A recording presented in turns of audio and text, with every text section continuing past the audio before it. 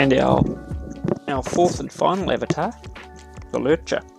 So this one was a little bit more interesting with the stooped posture, as you can see he's got, and his arms are quite long and hanging down, but that's not too much of an issue.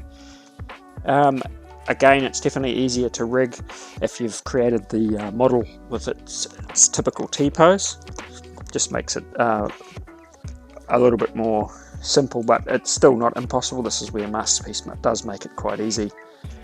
So what happens here is when it imports to Unity, it will probably move the head and everything up straight, which kind of, it's how it wants to have a humanoid shape. But if you adjust it with the configuration tab, which we'll cover when we get to Unity, you can just put it back. As long as you've got it skinned in the posture that you want, it's not a problem.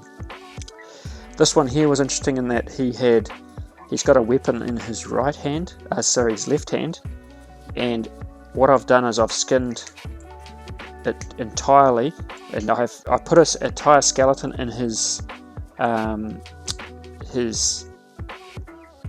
left fingers, but I haven't individually skinned them to the fingers. I've left that entirely rigid with the hand, just so that it won't move away from the pistol, so it retains a more authentic look. But it means that you can then aim the gun in VRChat be quite effective. So other than that, and this one, this isn't the final colors, so this is another important thing to feature that you can do, is make sure when you export out of Creator to Masterpiece Motion to rig them, you want to make sure you've got everything set up for texturing at least, even if you haven't fully textured it. You want to have all the UVs mapped as such, so that the mesh ultimately isn't going to change after you've skinned it to the skeleton, because otherwise you'll have issues with textures later. But if you have everything set up, even if you don't texture it, or you decide you want to change the texture after, that's not a problem.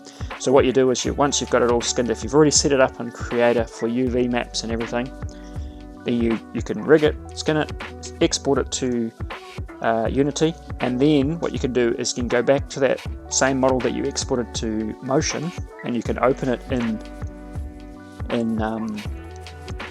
Creator and texture it and export that. But all as you need in Unity is just the texture files. You can just drag and drop them onto your already rigged avatar. So it means you could change the colors technically on your avatar down the track and just re-upload it to VRChat, which is a very cool feature. And now we'll move into Unity.